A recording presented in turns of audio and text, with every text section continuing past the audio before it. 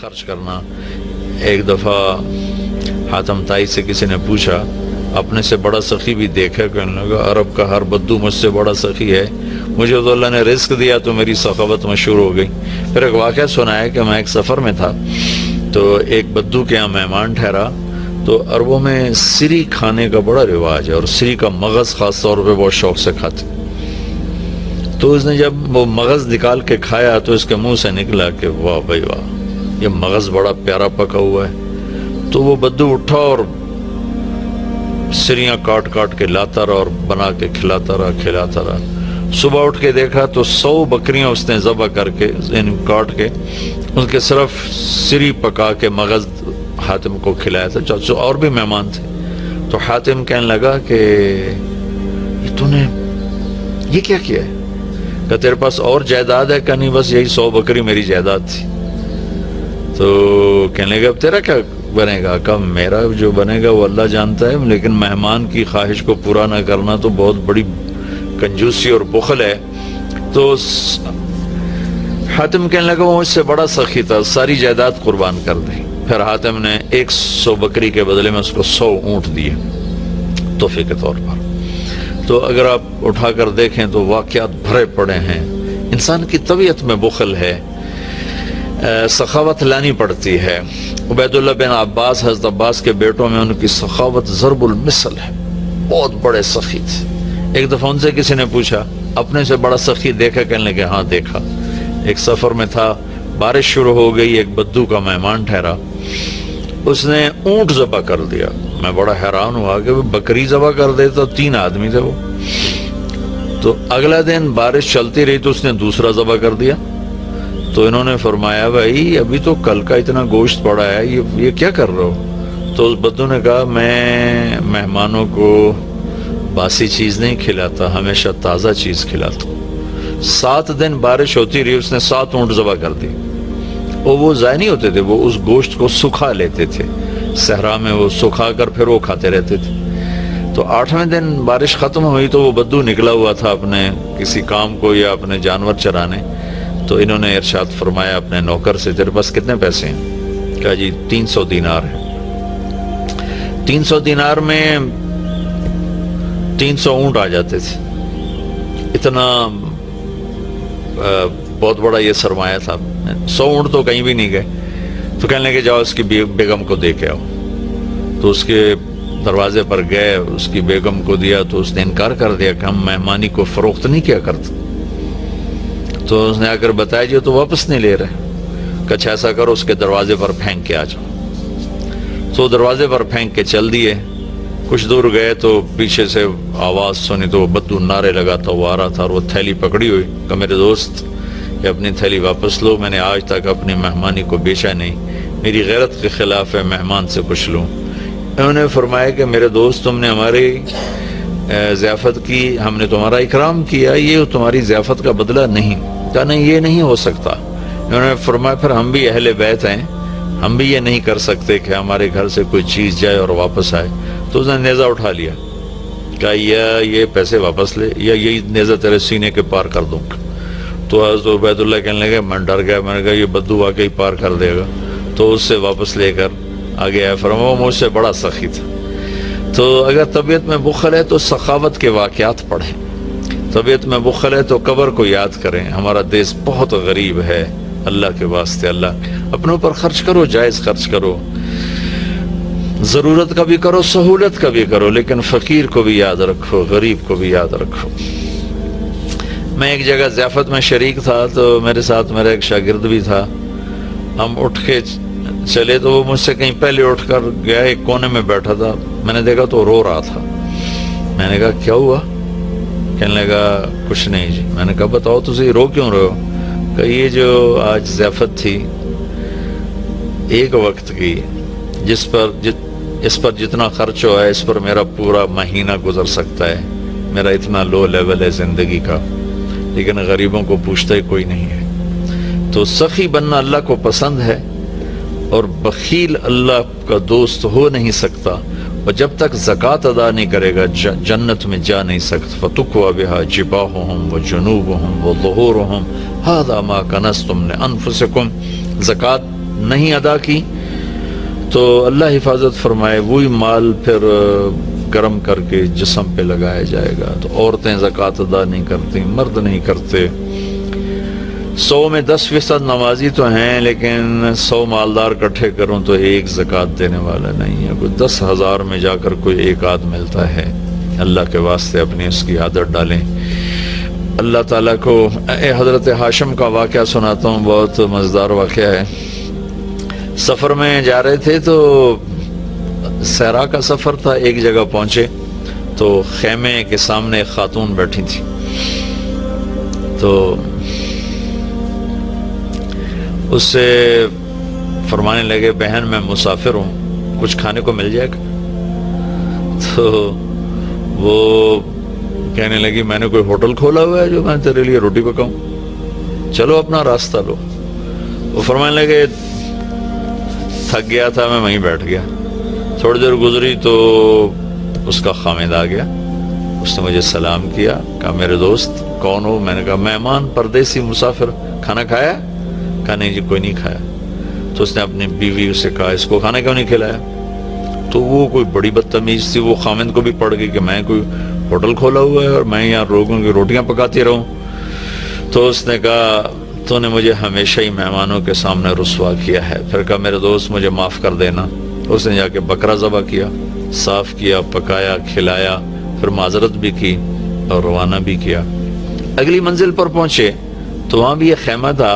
وہاں دیکھا وہاں ایک خاتون بیٹھی تھی. تو انہوں نے کہا بہن مسافر ہوں، کچھ کھانے کو مل جائے گا؟ کہ بسم اللہ بسم اللہ، مہمان تو اللہ کی رحمت ہوتا ہے، آپ تشریف رکھیں میں ابھی آپ کے لیے کھانے کا انتظام کرتی ہوں. وہ جلدی سے گئی، اس نے ایک بکرا ذبح کیا، صاف کیا، پکا کے اس کے سامنے رکھا تھا کہ اس کا اوپر سے خامد آ گیا. تو اس نے ایسے بڑی خوفناک نظروں سے دیکھا. کون ہو؟ کہا جی پردیسی ہوں، مہمان ہوں. یہ کھانا کہاں سے آیا؟ کہا جی یہ اس خاتون نے دیا ہے. تو اس نے اب چڑھائی، وہ بیوی تھی، اسے چڑھائی کر دی. میں نے یہاں ہوٹل کھول کے رکھا ہوا ہے، جو آتا ہے تو کھانے کھلاتی ہے، تو مجھے بھوکا کر دے گی، مجھے کنگال کر دے گی. تو ہاشم رحمت اللہ علیہ ہنس پڑے. تو وہ بدو کہنے لگا ہنسے کیوں ہو؟ کہنے لگا وہ پچھلی پڑاؤ پر نا اس کا الٹ دیکھا تھا. کہ کیا دیکھا تھا؟ کہاں وہاں عورت دیکھی تھی تیرے جیسی اور مرد دیکھا تھا اس عورت جیسا. وہاں مرد سخی تھا، عورت کنجوس تھی. یہاں عورت سخی ہے اور مرد کنجوس ہے. تو وہ کہنے لگا تمہیں خبر ہے وہ کون لوگ ہیں؟ کہا نہیں مجھے تو نہیں خبر. کہا وہ عورت میری بہن ہے اور یہ عورت اس کی بہن ہے.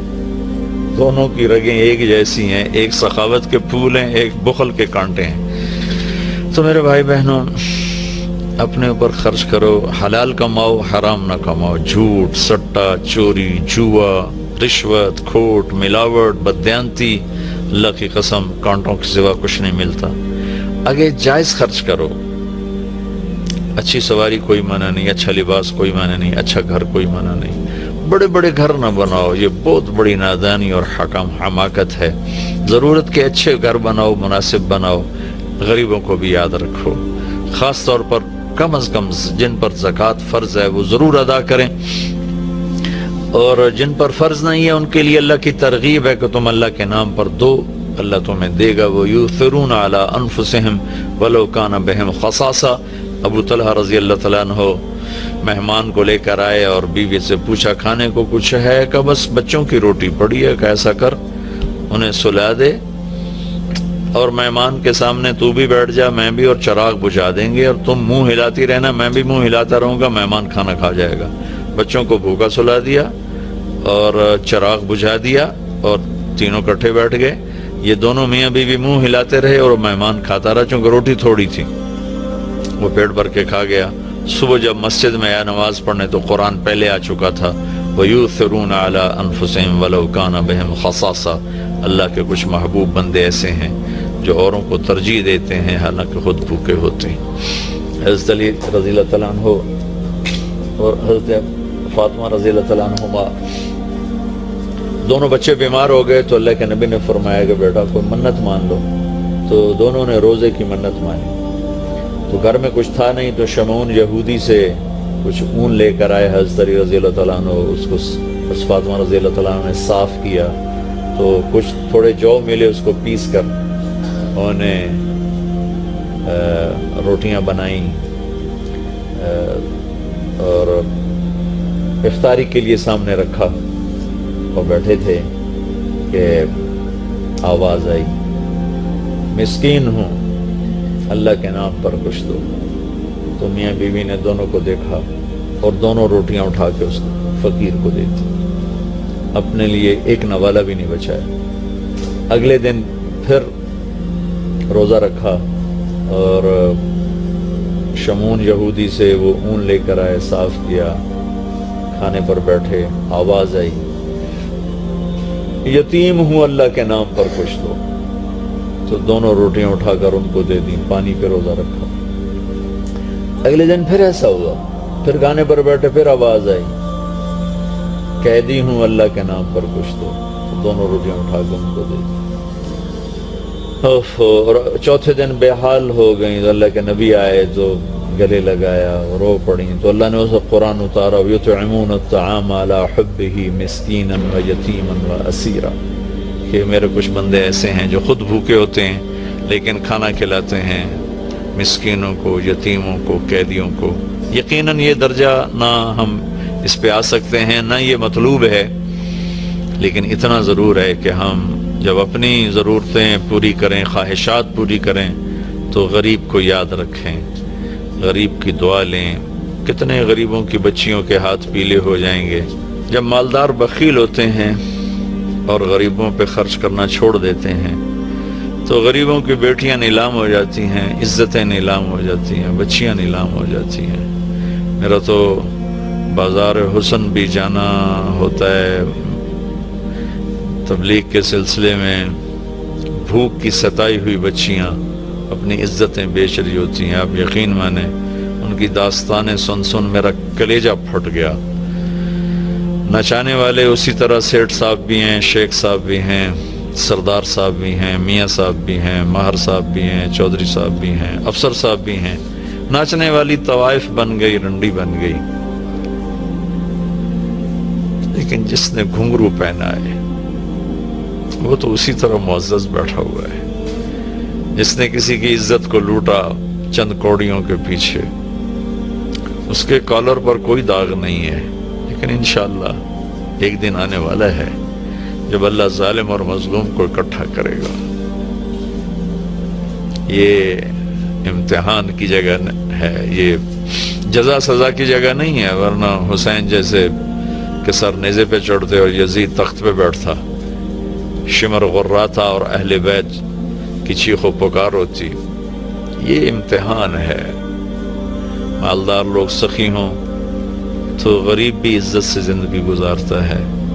ایک حدیث سناتا ہوں۔ موسیٰ علیہ السلام نے اللہ تعالیٰ سے پوچھا، یا اللہ جب تو اپنے بندوں پہ ناراض ہوتا ہے تو کیا نشانی؟ تو اللہ تعالیٰ نے فرمایا، موسیٰ جب میں ناراض ہوتا ہوں تو بارشیں بے وقت کرتا ہوں، حکومت بے وقوفوں کو دیتا ہوں اور پیسہ بخیلوں کو دیتا ہوں۔ تو آج اللہ کی ہم پہ ناراضگی ہے کہ بارشیں بے وقت ہیں، حکومت نااہلوں کے پاس ہے، پیسہ بخیلوں کے پاس ہے۔ اچھا، ایک ہوتا ہے بخیل، ایک ہوتا ہے شحیح، جو بخیل کا بھی دادا ہوتا ہے۔ بخیل تو وہ ہے جو اوروں پہ خرچ نہ کرے لیکن اپنوں پر کرے، اپنے بچوں پر کرے۔ شحیح وہ ہوتا ہے جو کم بخت نہ اپنوں پر خرچ کرے، نہ اوروں پہ کرے، نہ بچوں پہ کرے، نہ بیوی پہ کرے، صرف گن گن کے خوش ہوتا رہے، لاکھ ہو گیا، کروڑ ہو گیا، ارب ہو گیا، خرب ہو گیا، چوتھے دن قبرے جا ڈٹھا، ہر شے ختم برباد ہو گئی۔ یہ شحیح ہے۔ تو پھر موسیٰ علیہ السلام نے پوچھا، یا اللہ جب تو راضی ہوتا ہے تو کیا نشانی ہے؟ تو اللہ تعالیٰ نے فرمایا، موسیٰ جب میں راضی ہوتا ہوں، امطر علیہم ابان زرعہم امنعہ ابان حصادہم، جب راضی ہوتا ہوں تو جب کھیتی کاش کرتے ہیں تو بارش دیتا ہوں پھلے پھولے، اور روک لیتا ہوں جب پک جاتی ہے تاکہ کاٹ کے گھر لے آئیں۔ وَأَجْعَلُ الْمُلْكَ فِي حُلَمَائِهِمْ، اور